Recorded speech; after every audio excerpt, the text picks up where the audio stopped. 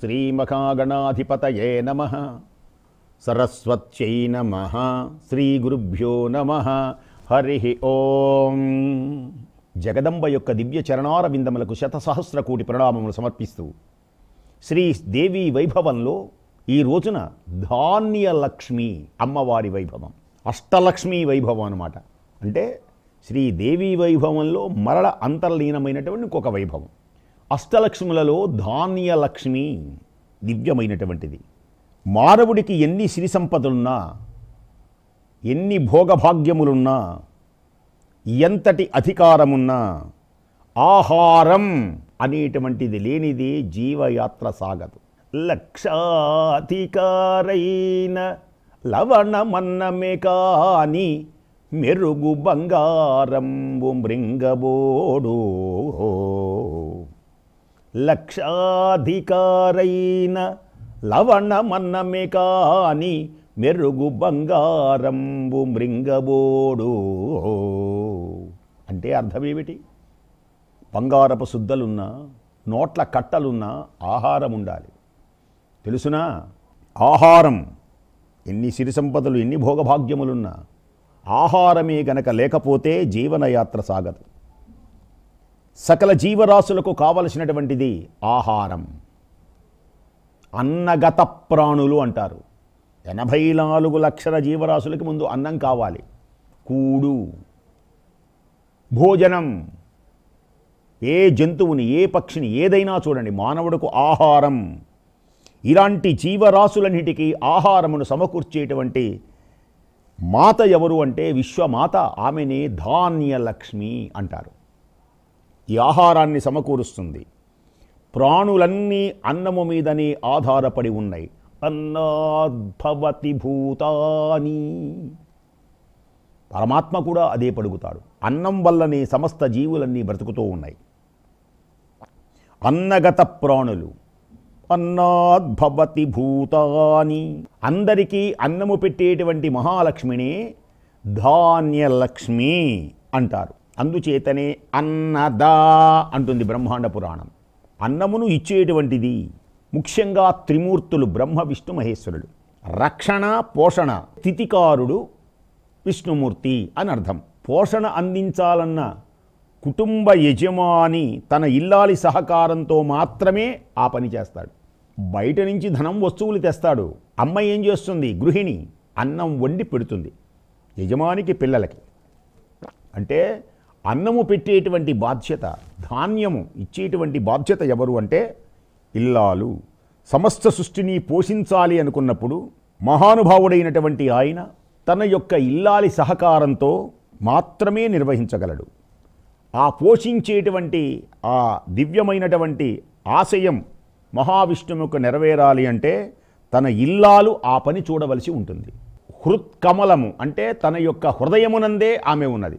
లక్ష్మీదేవి ఎక్కడుంది? తన హృదయములోనే ఉన్నది గనక ఆయన ఇల్లాలుగా ధాన్యలక్ష్మిగా అయింది ఆమె. తన భర్త ఇలా చేస్తున్నాడు గనక వీళ్ళందరికీ ధాన్యం ఇవ్వాలి అని ఆమె భావించి ధాన్యలక్ష్మి అయింది. మహావిష్ణువు నిర్వహించవలసినటువంటి పోషణ బాధ్యతని ఆమె స్వీకరించింది. విశ్వకుటుంబిని అయినటువంటి ధాన్యలక్ష్మి. ఇలాంటి ధాన్యలక్ష్మిని ధనధాన్యకరీ, ధనధాన్య వివర్ధిన్యై నమః లక్ష్మీదేవిని. విష్ణుతత్వాన్ని పుడికి పుచ్చుకొని విష్ణు మనోనుకూలే అంటారు మంత్రంలో కూడా. విష్ణువు యొక్క మనస్సును గ్రహిస్తుంది. భార్య అలాగే ఉండాలి. తన భర్త యొక్క మనస్సులో ఏమున్నదో తెలుసుకొని ఆ భర్తకు అనుకూలవతి ప్రవర్తించినటువంటి స్త్రీయే ఉత్తమ ఇల్లాలు. ఆమెయే లక్ష్మీదేవి. మనోనుకూలే, విష్ణు మనోనుకూలే. విష్ణువు యొక్క మనస్సుకు వ్యతిరేకంగా నడవకూడదు ఏ ఇల్లాలు. భర్త యొక్క మనస్సు తెలుసుకుని ప్రవర్తించగలగాలి. అన్నం పెట్టడమే కాదు, తానే స్వయం అన్నమైపోయింది ఆమె. ఆయన పోషణ మరి బాధ్యత స్వీకరించింది. ఆమె అన్నమైపోయి అందుకనే ధాన్యలక్ష్మిగా అవతరించింది ఆ విశ్వకుటుంబిని. శ్రీ మహావిష్ణువు ప్రాణులందరికీ తానే అన్నమవుతున్నాడు. అన్నము తినేటువంటి ప్రాణుల లోపల ప్రాణశక్తిగా ఉంటున్నాడు. అఖం వైశ్వానరో భూత్వా ప్రాణినాం దేహమాశ్రితః. భక్ష్య, భోజ్య, లేహ్య, తోష్యములు చతుర్విధం, ఆ చతుర్విధములైనటువంటివన్నిటిని కూడా ఆయనే అరిగేటట్టు చేస్తున్నాడు. ప్రాణు లోపల వైశ్వానరుడు రూపంలో విష్ణుమూర్తి ఉన్నాడు. అందుకనే భోజనం, భోజనం భోక్త సర్వము నారాయణుడే. భోజనము ఇచ్చేది నారాయణుడే, భోక్త నారాయణుడే. తాను వైశ్వానర అగ్నిలోపలలా ఉన్నది నారాయణుడే. అందుచేతనే ఆహార పదార్థములు ప్రాణ అపాన వాయువుల యొక్క సహకారంతో జీర్ణమయ్యేలా చేసేటువంటి వాడు కూడా మహానుభావుడు విష్ణుమూర్తియే. పచామ్యన్నం చతుర్విధం, పచామ్యన్నం చతుర్విధం. విష్ణుదేవునికి అన్నద ధాన్యలక్ష్మిగా ఆ జగన్మాత మనకు గోచరమవుతుంది. క్షుధారూపిణి లక్ష్మి, ఆకలిని కలిగించేది కూడా ఆమె. యా దేవీ సర్వభూతేషు క్షుధారూపేణ సంస్థిత.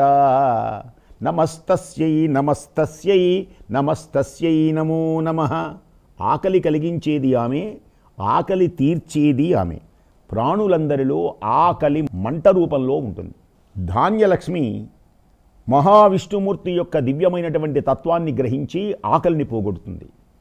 మహాభారతంలో యక్ష ప్రశ్నలు అని ఉంటాయి. యక్ష ప్రశ్నలలో కో తిథి సర్వభూతానాం అని అడుగుతాడు యక్షుడు ధర్మరాజుని. అంటే అందరికీ అతిథి ఎవరు, అందరికీ అతిథి ఎవరు అంటే ధర్మరాజు చెబుతాడు, అందరికీ అతిథి అగ్ని అని చెబుతాడు ధర్మరాజు. ఆకలి మంట అన్నమాట. ఎవరు ఎవరిని అతిథిగా ఆదరించి ఆహారం ఇచ్చినా అది ఆ అతిథి యొక్క లోపల ఆకలి మంట రూపంలో ఉన్న వైశ్వానరుడికి చెందుతుంది. క్షుధాగ్నిగా అంటే విష్ణుమూర్తికి చెందుతుంది. దేనికని అతిథిని విష్ణుమూర్తిగా భావించమన్నారు? ఈ లోకంలో అతిథి ఎవరు అంటే ఆకలి మంట, కడుపులో ఉన్న మంట. ఆ మంటను చల్లార్చాలి. ఎవరికైనా, ఏ ప్రాణికైనా, సకల జీవరాశుల యొక్క ఆకలిని తీర్చాలి. ఏమిటి, ఇంకోటేమిటి, మనిషి ఏమిటి? ఇప్పుడు నీలో వైశ్వానరుడు ఉన్నాడు. ఆ వైశ్వానరుడే విష్ణుమూర్తి. అందుకనే అతిథి నారాయణ స్వరూపంగా భావించాలి. నారాయణునికి సేవ చేయటం. ఇలా ప్రాణుల యొక్క ఆకలి రూపంలో, ఆ ఆకలిని తీర్చేటువంటి ఆహార రూపంలో, పోషణ రూపంలో కార్యక్రమాన్ని నిర్వహిస్తుంది ధాన్యలక్ష్మి. అందుకని ధాన్యలక్ష్మి గొప్పది. లక్ష్మీదేవి విషయంలోనే కాదు, మన ఇల్లే వైకుంఠం. ఆ వైకుంఠంలో అమ్మా నాన్నలే లక్ష్మీనారాయణులు, గృహిణీ గృహస్థులు. ధాన్యలక్ష్మికి ప్రతీకయే. తన ఇంట అడుగుపెట్టినటువంటి అతిథులను, అభ్యాగతులను ఆదరిస్తూ అన్న సంతర్పణలు చేసి ఆ గృహస్థులు ధాన్యలక్ష్మిని ఆరాధిస్తున్నారు అని అర్థం. అతిథులకు గౌరవించడం నీవు అన్న సంతర్పణ చేయటమే, ధాన్యలక్ష్మిని ఆరాధించడమే. తనవారెవరైనా దరిచేర ప్రేమ మీరా, తనవారెవరైనా దరిచేర ప్రేమ మీరా, ఆదరించు వారి సంసారమే సంసారం. సంసారం అంటే గృహిణీ గృహస్థులు తన ఇంటికి వచ్చినటువంటి అతిథుల్ని గౌరవించి వారి ఆకలి తీరుస్తారే, వారు ధాన్యలక్ష్మిని ఆరాధిస్తున్నట్లు గుర్తు. సమాజంలో బ్రహ్మచారులకి, వానప్రస్థులు, సన్యాసులకి, వీళ్ళకి గృహస్థులే ఆధారం. అందుకని గృహస్థాశ్రమం చాలా గొప్పది అంటారు. ఈ పదాలు చాలామంది పౌరాణికులు చెప్పగా పురాణాల్లో వినుంటారు. గృహస్థాశ్రమం దేనికని గొప్పది? ధాన్యలక్ష్మిని ఆరాధిస్తారు వాళ్ళు. ఇప్పుడు బ్రహ్మచారులు ఉన్నారు. ఆ బ్రహ్మచారులు చదువుకుంటున్నప్పుడు ఒక్కొక్క ఇంట్లో భోజనం పెడతారు ఊరికని. వానప్రస్థులు ఉన్నారు, ముసలి వాళ్ళు చేసుకోలేరు. అత్తామామలు ఉన్నారనుకోండి ఇంట్లో, వాళ్ళకి ఎవరు పెట్టాలి? వాళ్ళు చేసుకోలేరు. ఆ కోడళ్ళే, కొడుకు కోడళ్ళే, వాళ్ళే గృహిణి గృహస్థులు. అంటే సన్యాసులు ఉన్నారు, వాళ్ళు ఎక్కడా వండుకోకూడదు, ఎవరింటికన్నా వెళ్ళి భిక్ష తింటారు. ఆ భిక్ష పెట్టేది ఎవరు? గృహస్థులే. వాళ్ళ ఆకలి తీర్చేది ఎవరు? గృహస్థులే. అందుచేతనే ధాన్యలక్ష్మి సన్యాసులకు, ఈ 3 ఆశ్రమముల వారికి ఆశ్రయమిచ్చి కాపాడి ఆనందాన్ని కలిగించేటువంటిది గృహస్థాశ్రమంలో ఉన్న గృహస్థాశ్రమంలో పరమధర్మం ఇదే మోక్షాన్ని కలిగించేది. ఇదే గృహస్థులు చేయవలసినటువంటి పరమధర్మం ఇదే. ఇలా చేసేటువంటి ఆ గృహస్థుల ఇళ్ళని గృహస్థాశ్రమం అంటారు. గృహస్థాశ్రమం అని ప్రత్యేకించి ఒక పదంతో దేనికొని ఉపయోగిస్తారు? బ్రహ్మచారులను, అలాగే వానప్రస్థులను, సన్యాసులను వారిని పిలిచి ఆదరించి వారి ఆకలిని తీరుస్తారు. వారిద్దరు కూడా చక్కగా కూర్చోబెట్టి విసురుతూ, స్వామి నాస్తి శాక బహుత నాస్త్యుష్ణత, శాకము బాగున్నదా, వేడిగా ఉన్నదా, కూర బాగున్నదా అని కొసరి కొసరి ప్రత్యేకించి వడ్డిస్తూ ఉంటారు. ఈ అన్నదానం అనేది ఆ అతిథులను గౌరవించడం, ఇది సాక్షాత్తు ధాన్యలక్ష్మిని గౌరవించడం. పెద్దలు భావిస్తారు ఇలా చేయటమే గృహస్థాశ్రమ ధర్మం, ఇలా చేసిన వాళ్ళకే మోక్షం. అందుచేతనే ధర్మ అర్థ కామ మోక్షాలు, ఈ మోక్షము సంప్రాప్తమవుతుంది. ఇది మానవుని యొక్క ఆశ్రమ ధర్మాలు. సందేశాన్ని ఆచార వ్యవహారాల్లో, సంస్కృతి సంప్రదాయాల్లో పదిలపరచి తరతరాలుగా తమ తర్వాత ఇంకొకళ్ళు వాళ్ళకి అందిస్తూ ఉన్నారు వీళ్ళందరూ. అందుచేతనే ఈ లోకంలో అన్నదాన కార్యక్రమాలు పేదలకు కానీ, క్షుధార్తులైనటువంటి వారు కానీ, సకల జీవరాశులకు అన్నదానము. కొందరు చూడండి పక్షులకు ఆహారం వేస్తారు, కొందరు మృగాలకు ఆహారం వేస్తారు, కొందరు అతిథులను గౌరవిస్తారు, కొందరు అన్నదాన సత్రాలు ఏర్పరుస్తారు. ఉచితమైనటువంటి అన్నదాన కార్యక్రమాలు. అన్నదానానికి మనం ఇస్తాం. ఎవడికిచ్చినా ఇవ్వకపోయినా అన్నదానం అనగానే ఎందరికో ఆకలి తీర్చడమే కాదు, మహావిష్ణువు యొక్క సేవ, నారాయణ సేవయే కాదు, ధాన్యలక్ష్మిని కూడా, లక్ష్మీదేవిని కూడా గౌరవిస్తున్నాము మన సమాజంలో. అందుచేతనే వివాహం జరగబోతున్నప్పుడు మీరు పెళ్ళిళ్ళు చూస్తుంటారు. గృహిణిగా రాబోతున్నటువంటి ఆమెని, ఆ పెళ్లి కూతురుని, నవవధువుని ధాన్యపు గంపలో కళ్యాణ వేదిక దగ్గరకు తీసుకొని వస్తారు మేనమామలు. ఆ గంపలో దేనికని ఆ కన్యను ఉంచుతారు, పెళ్లి కూతురుని. ఏమిటి అసలు ఆ గంపకి, ఆ పెళ్లి కూతురికి, మేనమామలకి సంబంధం ఏమిటి? ఇదే తెలుసుకోవాలి భారతీయ వాంగ్మయంలో. ఎంతటి గొప్ప విశేషం! ఏమిటి ఆ చిహ్నం అంటే, రాబోయేటువంటి ఆ గృహలక్ష్మి ధాన్యలక్ష్మిగా భర్త ఇంట అడుగు పెట్టబోతున్నది. ధాన్యాన్ని మనం ఎలా తీసుకొస్తామండి? ఆ వెదురు గంపల్లో తీసుకొని వస్తాం. ధాన్యాన్ని అలా తీసుకొచ్చేవాళ్ళు పూర్వంలో, గాదెల్లో పోసేవాళ్ళు. గాదెల్లో ధాన్యం సావిళ్ళ భాగ్యం. ఆ గంపలో పెళ్లి కుమార్తెను, కన్యను తీసుకురావడానికి ప్రధానమైనటువంటి కారణం ఈ గృహలక్ష్మి. ఆమె గృహలక్ష్మి అనాలి, భార్యాపేళ్ల తర్వాత అవన్నీ. గృహలక్ష్మి ఆ గృహమునకు సంపదను కలిగించేది. ఆమె అడుగు పెట్టగానే సంపదలు కలగాలి, ధాన్యం తన ఇంట తాండవించాలి. అందుచేతనే ధాన్యలక్ష్మిగా అడుగు పెట్టబోతున్నది అని ఆ మేనమామలు, అంటే ఆ మేనమామలు ఆయన అనుమతి ఉండాలి శాస్త్రంలో. మేనమామ ఆ గంపను పట్టుకొని వచ్చి కూర్చోబెడతాడు.